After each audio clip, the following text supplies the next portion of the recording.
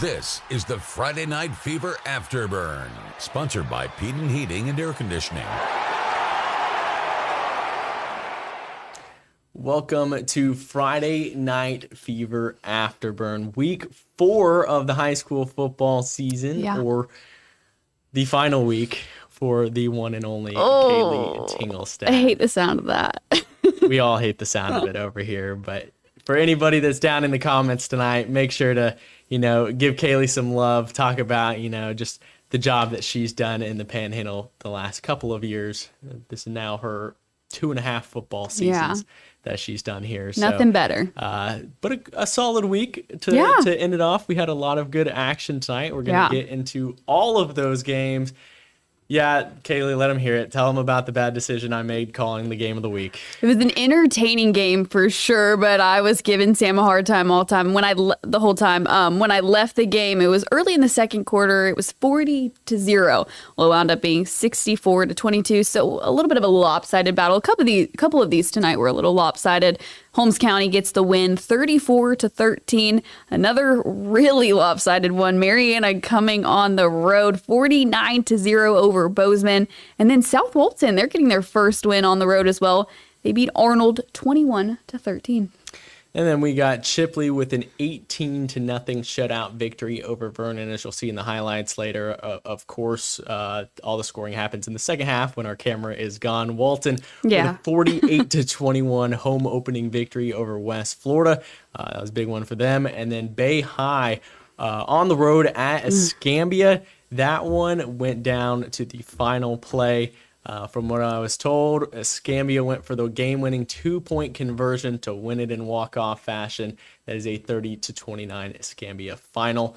Then we got the Sneads Pirates picking up their first win of the year, 25-6 over the FAMU Doctors. Jefferson County, 28-0. Go ahead, take those last two. Okay, well, you already said it. 28-0 Jefferson County. They get the shutout over North Bay Haven. And then last night, our only Thursday night game, Mosley is rolling 36-7 is the final over Navarre. I'm already seeing your first fandom comment down in the from our Liberty County superfan, Faithful. John Brock. Yes, we had Allison Posey. She's still over in Tallahassee doing great things over there. Courtney Mims off in Arkansas. She's still doing good things in the SEC.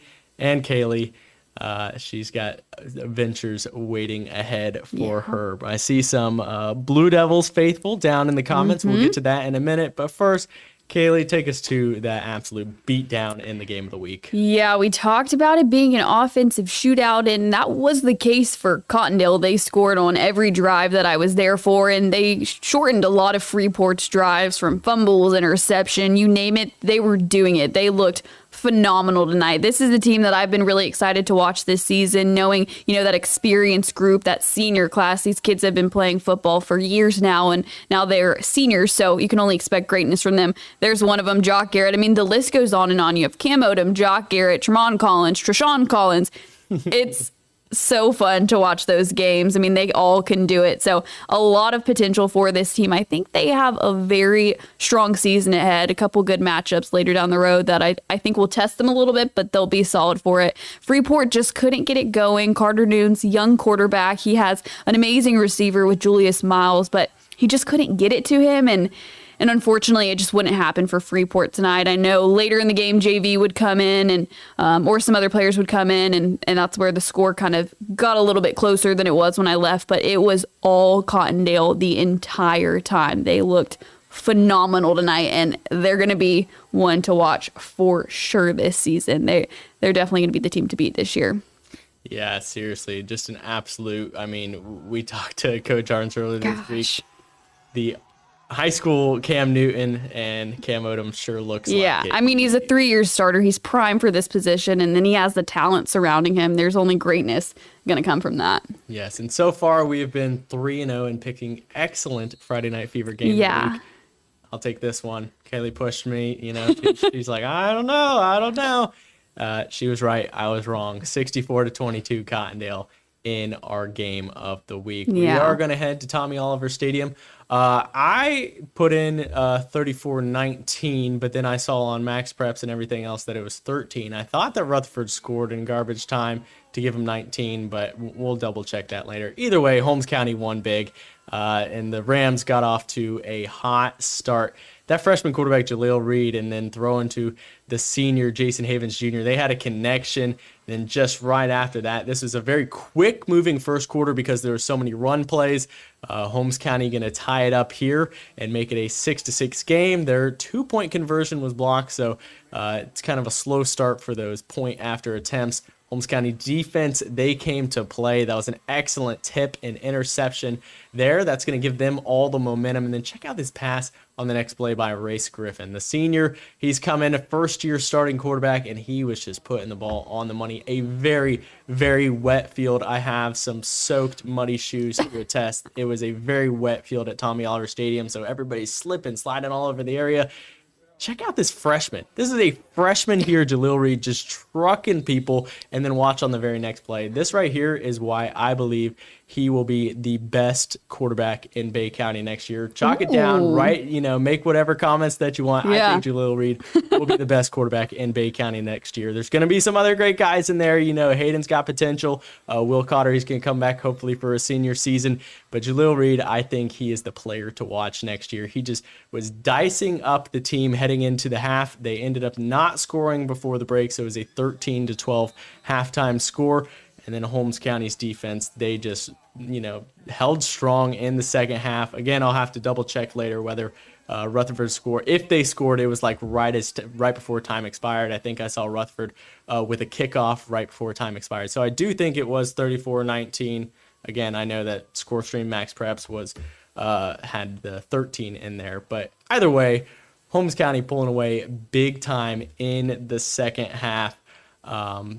So how about them Blue Devils? We're going to head back down to the comments. I see a lot of love down here for Kaleigh. I see it looks like the orange and blue game in Gainesville. Yeah, it was hard to keep track sometimes, but you had the white for Freeport and the blue for Cottondale, but it was a lot of blue and a lot of orange. Hey, that one is typically the last couple of years, it's been a fun matchup. We talked about it yesterday, coming down to the final score. We've had comebacks in the last year. This one was Cottondale going, okay, we are the team to be around here. We are going to move into our next game, and that is where we are going to introduce you to somebody new tonight. That is Carly Koskovich. She will be moving in to Kaleigh's position as the weekend sports anchor here at the station. She has now shot 2 football games, one on a Thursday night last night with Mosley, and one tonight with Marianna. Just before we get into football, just introduce yourself. Where are we coming from? What's the love for sports? Just tell us a little bit about yourself. Yeah, okay. So I'm Carly, and I'm from Arizona. I just moved to Florida about a week ago, so I'm still learning all these teams, the players to watch, and but my love for sports, I actually played high school football way back when. Oh my gosh, I graduated in 2020, but I was the kicker because I played soccer. And I went to the Walter Cronkite School of Journalism at Arizona State. And now I'm here in Florida and loving the Panhandle.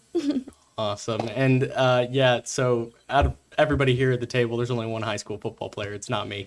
It's Carly. That's for future reference. I played basketball. We'll move on. Wow. Yeah. We're just going to get into the Marianna game. All we're really looking for is clearly it was a Marianna Bulldogs showdown. What were your thoughts as you saw Amari Clemens in real time tonight? Oh my God. Honestly, this looks like a college athlete to me. You look at him and you can just see he owns the field when he steps on there. He's, like you said, dancing around these guys. And, I kind of felt bad for Bozeman. I don't really know what else to say. They were just being dominated. And I don't know. It was a hard game to watch, honestly.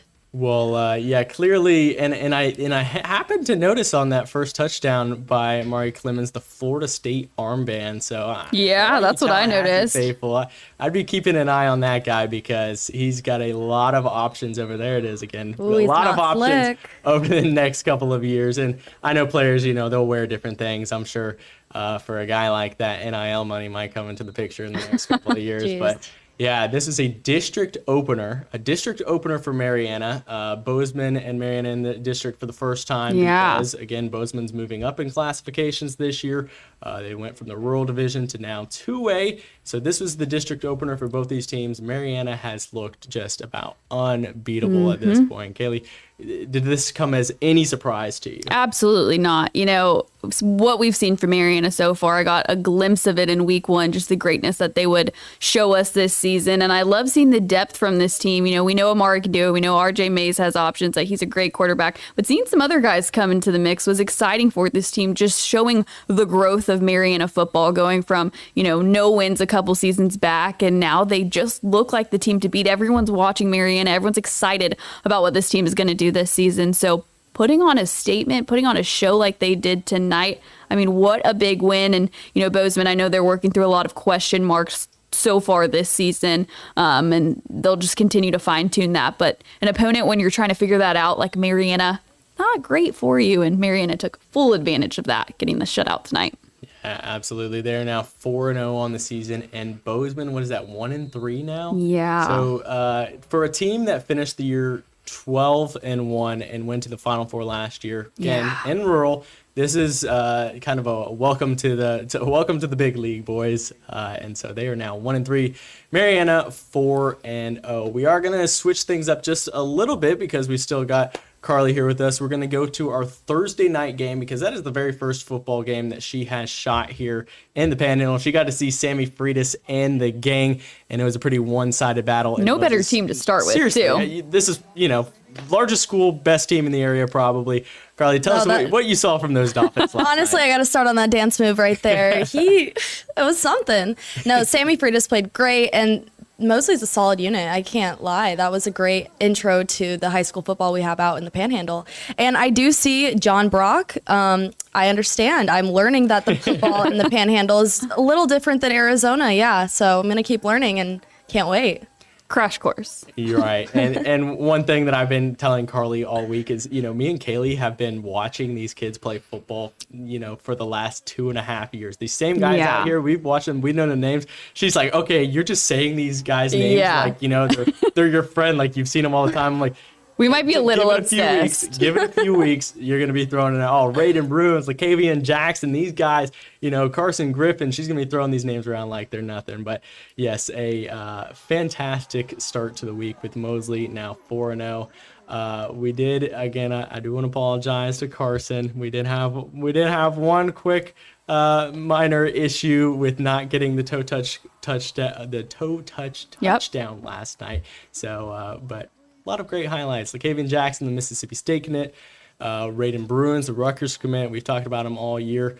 You talked to Coach this week about another guy that's been stepping up on defense. Tell us, we see a sack earlier in the year. Tell us about what Coach told you about Will Arboleda. I tuned into those highlights last night, watching those and just seeing Will. I mean, I saw a lot of greatness from him when I went to the game last week against Rickards, and was like, okay, this is definitely a guy to keep your eye on. So I was talking to Coach Whitten this week about him, and he was just could not say enough good things about him. The kind of person he is, the player he talked about, really just not being one that's going to follow guys. He's really his own guy, and it just stands out for him, and just such a talented kid. So there's going to be a lot of good things, just a junior, to see from him the remainder of this season and the next season. You know, we talk about the strong senior class that Mosley has, the experience, but they have a lot of juniors too. So it's very upperclassmen heavy. Those juniors are going to follow suit, take over this program, but they're just so fun to watch. Talk about missing that Carson touchdown, but you know, we'll get plenty more this season. Yeah, we've already got a half dozen of them at this point, just 4 weeks into the season. But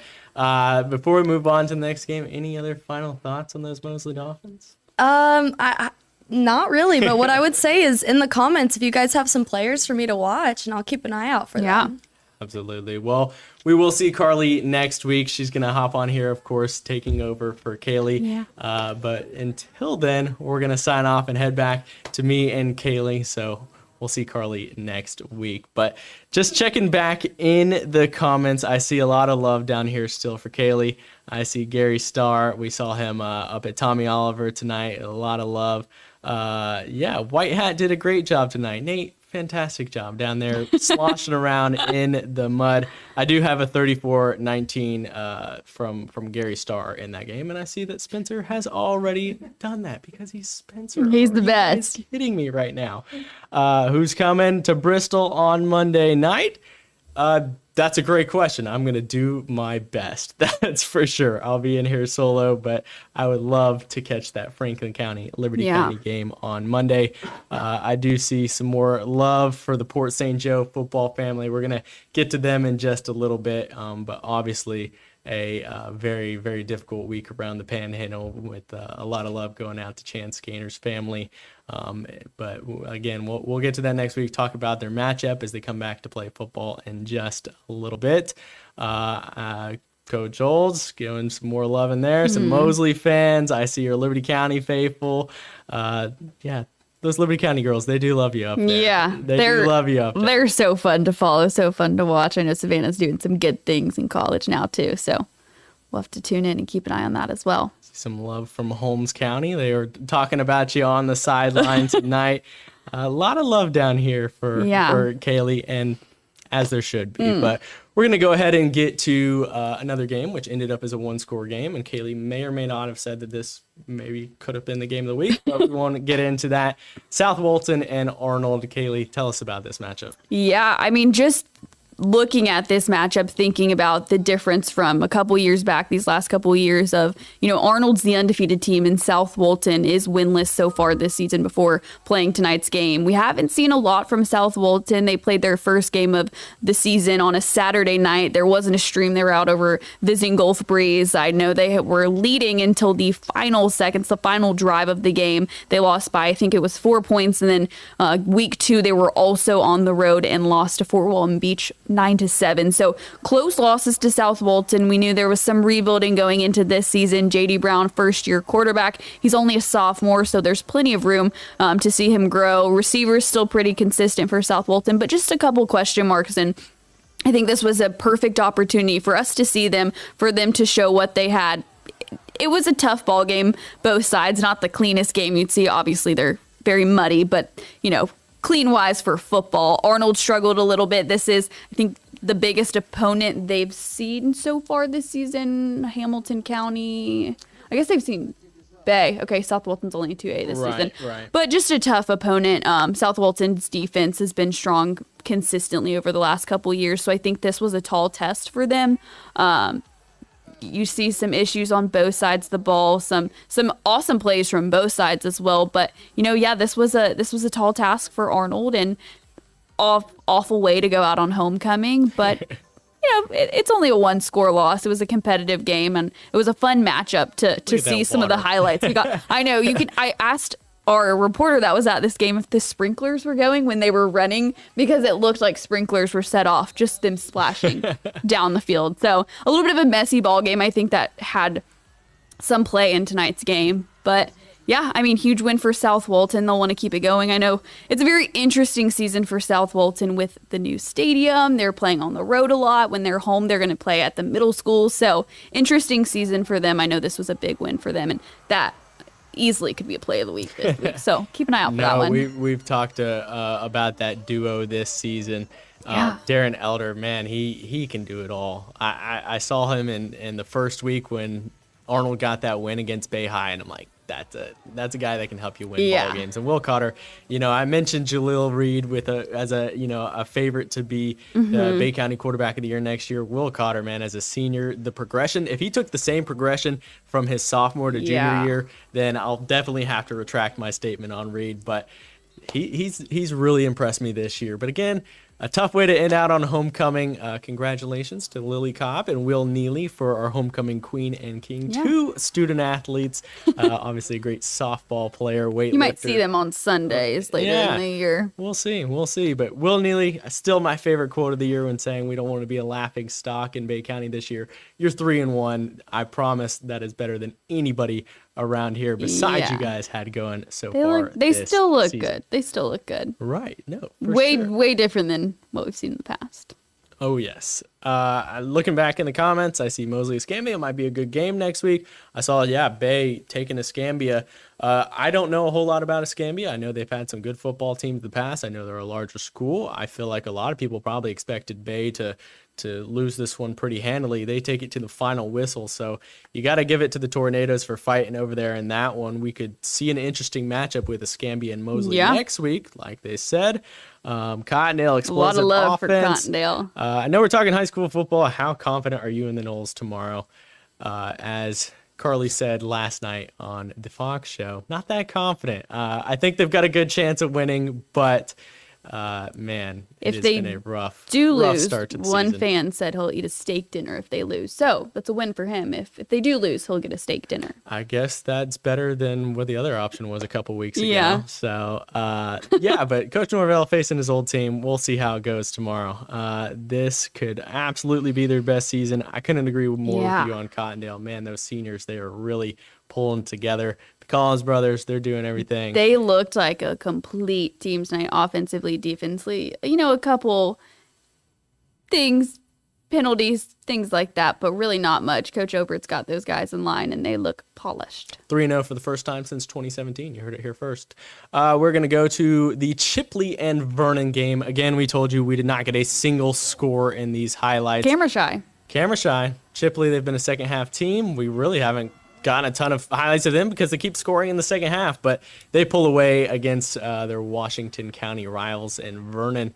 A lot of people surprised at that 0-0 halftime score. What do you see from the Tigers? Are they just slow start this year? Is it signs of the future? What are you thinking, Kaleigh? Yeah, it's hard to tell. Coach Buchanan, when we talked to him ahead of this season, talking about maybe we are the underdogs this year. We're not the same team that we've been in years past. Everyone thinks of Chipley as just being this dominant powerhouse football program because of the talent, the depth, what they're doing over there, what Coach Buchanan's doing. But yeah, this is a little bit maybe of a different year for the Tigers, and they're having to fight a little bit differently to find a way to score, to get a first down, to do all of those things. I know they moved a lot of guys around. We hear those names that we've heard every Friday night for the last couple of years, still hearing their names. But, it's just a different team. They've been rebuilding the last 2 years, losing strong senior classes, and it's hard because it's just I wasn't expecting a 0-0 ball game to enter the half, and that was the case, but they pulled it away in the second half. They had that overtime victory a couple weeks ago in week 2, and then, pulled the victory 14-7 over Rutherford last week, and now 18-0 over Vernon. So, hey, 4-0 is 4-0. We'll keep watching them. There's not a single thing wrong with 4-0. I know they've had, Vernon's number in the past few years. Yeah. But a shutout, you gotta love it. And yeah, they're still doing things right. I see Coach Buchanan's wife down there, proud of our Chipley Tigers. Hey, you should be proud. Yeah. 4-0 is a great start. We do have the highlights. There, Spencer, look at him. I love it. I love that guy.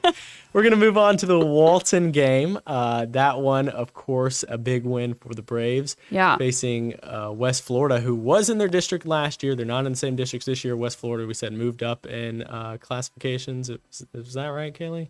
Yeah. Or Walton moved down to 2A. Walton moved down. Okay, yeah, everybody kind of shifted. And that was one of those games that was close last year. It was a 3-point game. I believe it was one of either the walk-off or overtime games last year with Maston Joyner kicking a game-winning field goal. I believe it was 34-31 last year. So a close one between these two teams. All right, but the Braves taking their home field for the first time this season. They started off 0-2. Last week they came on and just absolutely smacked a smaller Holmes County in Bonifay, and then tonight, again, opening the season, Wells Bettenhausen. He can do it in the air. He can do it in the legs. I love this one. He's like, I told Jamar earlier, he shot the highlights. I said, that clip of him, that picture of him leaning over the goal line, that's going to be on our website. So if you look and you see this Walton story later, you're going to see Wells reaching out and looking over the ref like, am I in? Am I in? Yeah, Frame you it. were in. Put it in the locker room. Oh, yeah. And coming into the night, I want to see his stats later this week. Coming into the night, he had a perfect 900 yards through the air. So 300 yards per game. That's quite the way to get Yeah. the scouts looking and going, okay, we said back about a month ago, just the one offer coming in, I bet those are going to start rising Oh, yeah. in the next few months. But Wells Bettenhausen, man, he can do it. And he's got weapons all over the field. He shares the ball real well. He's done that in the last couple of years. He shares it. This touchdown, of course, was called back for a penalty. But again, the Braves, a big absolute 48 points. We saw them score 50 last week. Do you feel like the Braves are starting to figure things out a little bit? I don't think it was ever a question for them. First of all, it's just so good seeing Walton back home. I said that after our show. There's just something about seeing Walton playing in Yates Stadium. But I don't think they ever didn't have it. They've had some tough matchups, close losses, losing to Marianna in week 1. And was it Crestview in week 2, I believe? Yes. I think 6-8 both Crestview. of those one-score games, I know week 1 was. So it was just tough losses for them. I think after what we saw from them last season, going undefeated, making second rounds of the playoffs, we thought it was just going to be the same, pushing through the same way. But, 2 losses doesn't necessarily mean too much by the time you get to the end of the season. Maybe they just had to figure some things out. And, now they're rolling. Big win over Holmes County last week. Big win over West Florida tonight. I know West Florida may be not as strong as they've been in years past. But again, a 48-21 victory, seeing what Wells has done. You talk about his stats, and yeah, maybe the scores haven't reflected it, but I mean, there's talent. They're working through it. There's a lot of guys out there, so I'm not worried about Walton football at all. Again, Escambia pulling off the overtime victory over Bay High. Sneed's winning 25-6. We got Jefferson County shutting out North Bay Haven. And then again, Mosley 36-7. We did not have a play of the night, even though we had a lot of plays all over the area tonight. Let us know in the comments what you thought was the best play. Yeah. We want to hear from you because there's a lot of good ones tonight. We got the next week's matchups. Let's go ahead and get A lot into of that. them. Thursday night game, the 4-0 Chipley Tigers are going to be on the road against the J Royals. North Bay Haven at Baker, Rutherford at Arnold. That one could be interesting. Yeah. I would easily say Rutherford is our best 0-4 team in the Panhandle right now. They just compete every single week. And then Bay at Madison County, the Class 1R state runners-up last year that we saw hang 60 points on That's Bozeman. going to be in an the Final Four. interesting That one. should be an interesting matchup, going to Boot Hill in Madison County. Kaylee, tell us about the next game. Yeah, Franklin County. So they'll have a quick turnaround Monday night on the road in Bristol, and then they'll travel to Rocky Bayou on Friday. Vernon and Freeport. That's another orange and blue matchup we got there. Bozeman and Sneed's. That's going to be an interesting one. Sneed's picked up their first win tonight. Bozeman got that week 2 over Vernon. So, couple teams with a couple losses, 1 win. I think that'll be a pretty even matchup to watch those two. And then Florida State High School in South Walton. That'll be an interesting one as well. Yeah, and while we were talking about Sneed's, shout out to Jason Patterson. Yeah. Sneed's alum at Kentucky this year. We saw, I think he was like one of the top 5, top 10 highest rated true freshmen in the nation last year. So that's a true freshman running back at the University of Kentucky. Nothing we love more than He that. was, before Amari Clemens, there was a Jason Patterson. Yeah. So we definitely see what you're doing over there. So shout out to Nothing Jason. better than those Panhandle alums You gotta doing love big it. things at the collegiate SEC, level. I think they got Georgia this week. I think they might have Yeah. Georgia this week. Yeah, so I think it's Jason Patterson, touchdown against Georgia, calling it now. Yeah. Calling it now. Yeah, I think it's in Lexington. Northview at Holmes County. Blue Devils back in Bonifay. Port St. Joe at Destin.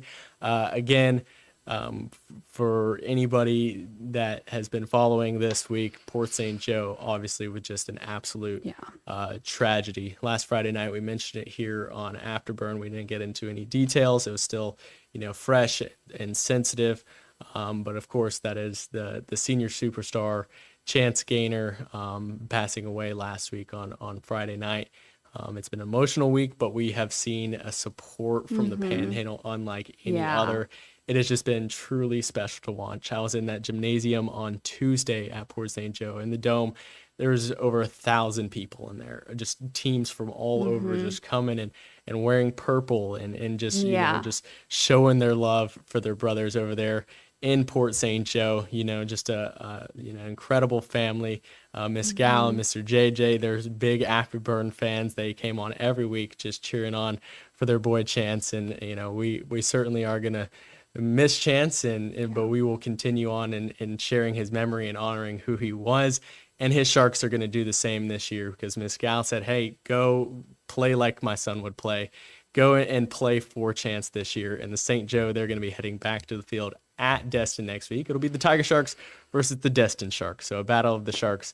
But obviously not the stories that we like telling. But Chance Gaynor, he certainly was very special to everybody around here. Taylor County, they will be at Bluntstown. That's Bluntstown coming off of a bye week. They were 3-0 going into their bye week, so they'll look to keep their perfect record alive. I see some comments kind of talking about that matchup. It could be an interesting one. Jefferson County going to Weewa Hitchcock. Weewa, they're looking for their first coming win off a bye this week. Right, so coming yeah, off a bye. So we'll see what happens there. Kaleigh, tell us about these matchups. Yeah, Marianna's back at home. W.S. Neal's going to visit them. Not sure what to expect out of that matchup. Miller County versus Liberty County. Liberty County's got a couple county battles these couple weeks. Franklin County this week, and then Miller County next week. Another quick turnaround for them as well. Cottondale versus Lighthouse. Not sure what to expect, but if we saw what we saw from Cottondale tonight, not too worried about that matchup. I'm expecting 80. Calling it out, 80. Hey, they scored 80 in their first 2 games. 80 points. I'm calling 80 points by the third quarter. Okay. I'll tune in. You heard it here first. And then Escambia versus Mosley. We talked about that one, being a one to tune into for sure. Yeah, is that the last one, Spence? Awesome. That is next week's games. Again, like we said, on Friday Night Fever. Those are all your Week 5 matchups, and Kaleigh will not be here for any of them. So clearly we are going to miss Kaleigh. She's been here, like we said, for 2.5 years. Yeah. Covering 2.5 football seasons. Yeah. She's been here pretty much the whole time. Like, we saw some mentions of Courtney Mims in there, and we love Courtney and everything.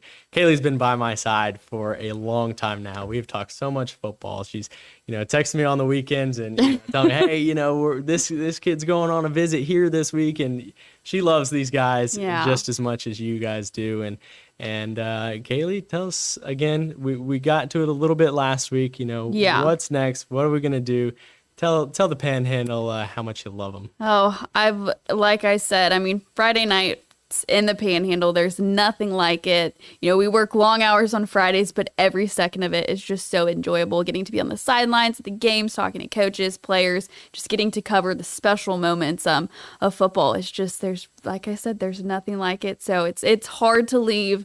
I've been very emotional this week about leaving, but living situations, it just felt like it was time to take that next step. My contract ended in June. Haven't found anything yet, but just going to focus on that. Y'all know Friday nights is already a full-time job, so just taking a little bit of a break and focusing on that, but I'll be tuning in all the time. Sam's going to probably have to block my number. I'm just going to be asking him questions, sending him updates, my opinions on everything. So I definitely will still be in tuned to everything Panhandle football because it is so special. And all the other sports throughout the year, I'll be tuned in for all of it. But just thank you to everyone, coaches, players, fans, everyone for everything you've done for me the last couple years and just the support. And I appreciate all of it. And I will miss all of you so much. It's going to be really hard. I hate goodbyes, so it's a hard one.